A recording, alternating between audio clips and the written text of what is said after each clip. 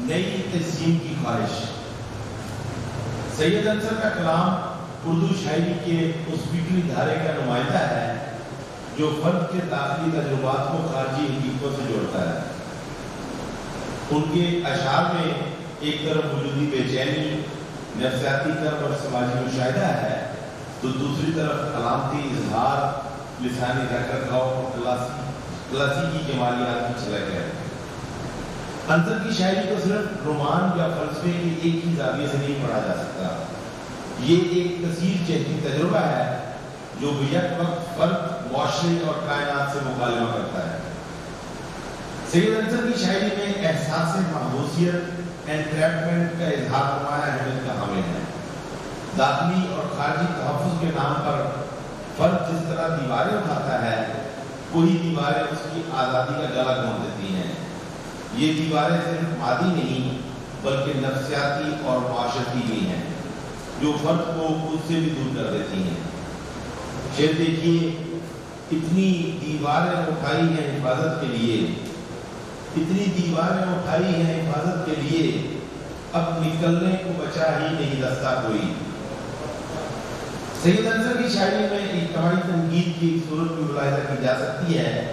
ان کے نزدیک بیداری، شعور اور فکر رکھنے والا فرد ہمیشہ خوابیدہ سماج میں اجنبی بن کر رہ جاتا ہے۔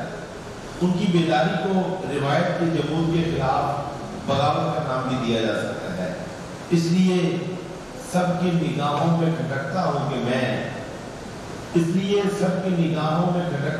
میں کسی خوابیدہ گھرانے کا ہوں بیدار چراغ۔ گاڈ جان کی تحریر نفسی کی روح سے شیڈو سیلف کی عکاسی کرتا ہے۔ خوبصورت شعر دیکھیے، ایک روز دبے پاؤں چرا لے گئی دنیا، ایک روز دبے پاؤں چرا لے گئی دنیا، ہونٹوں کا تبسم ہی نہیں آنکھ کا نم بھی۔ فرد اپنی اصل مسکراہٹ اور آنکھوں کا نم کھو چکا ہے۔ یہ چوری مادی سے زیادہ وجودی اور جذباتی ہے۔ دنیا دبے پاؤں انصر کی شناخت چرا لی گئی، گویا فرد کی نفسیاتی تحلیل ہو رہی ہو۔ سید انصر کے یہاں علامتی اظہار اور جمالیاتی چاہوں تصدیق کے عمدہ مثالیں پیش دیکھی جا سکتی ہیں۔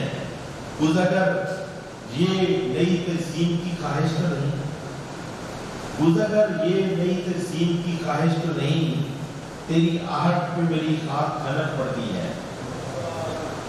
یہ شعر استعارے اور علامت سازی کا الگ نمونہ ہے۔ گزر خالق قدرت کے معمار تقدیر کی علامت ہے، جبکہ خاک کا کھنکنا وجود کی اثر نو تخلیق کا استعارہ ہے۔ اس میں مولانا روم کے ہاں موجود تجدد تخلیق کا فلسفہ، یعنی ہر لمحہ تخلیق نو کا امکان چلتا ہے۔ سید انصر کی شاعری میں تہذیبی زوال کے احساس کا عنصر بہت نمایاں ہے۔ یہ احساس فکری طرز کا راستہ بھی ہموار کرتا ہے۔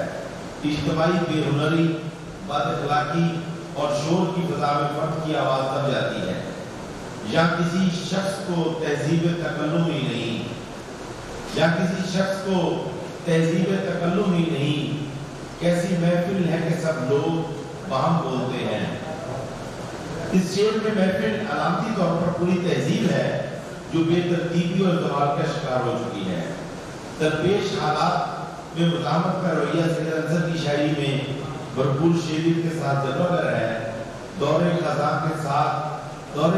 کے زرد رویے کے باوجود اندر کے موسموں نے ہرا کر دیا مجھے۔ یہ شعر قدرت مدافعت اور داخلی تخلیقی توانائی کی علامت ہے۔ خزاں خارجی حالات، سماجی جبر یا وقت کا استعارہ ہے، جبکہ اندر کے موسم تخلیقی شعور، روحانیت اور جذبہ حیات کی علامت بن کر سامنے آتے ہیں۔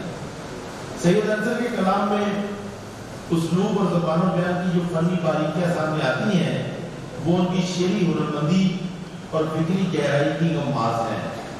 ان کا اسلوب پرگوئی اور تہذاری کا حسین امتزاج ہے۔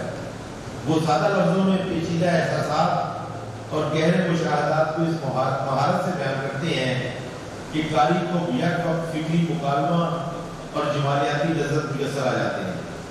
ان کی زبان میں استعارہ، علامت اور صنعت اعتراض کا مؤثر استعمال ملتا ہے۔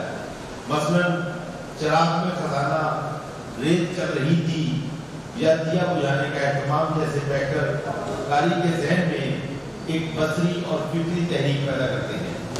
ان کے یہاں نرمی اور شائستگی کے ساتھ ساتھ ایک داخلی احتجاج اور انفرادی شعور بھی مسلسل جاری و ساری ہے۔